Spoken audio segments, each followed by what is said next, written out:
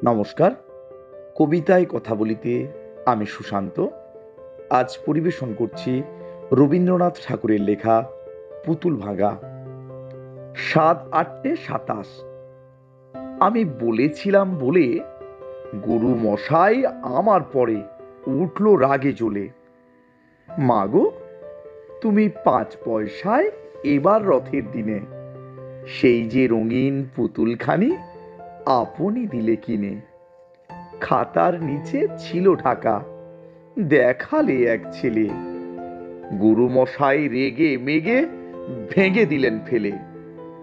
বললেন, তোর দিনরাত্রির কেবল যত খেলা, একটুও তোর মন বসে না পড়াশোনার বেলা। মাগো, আমি জানাই কাকে, ওর কি গুরু আছে?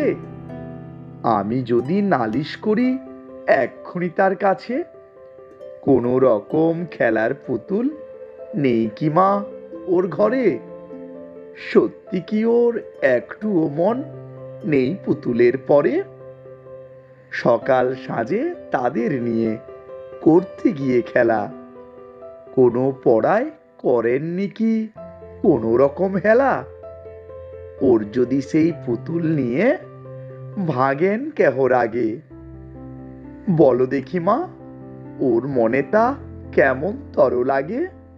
নমস্কার।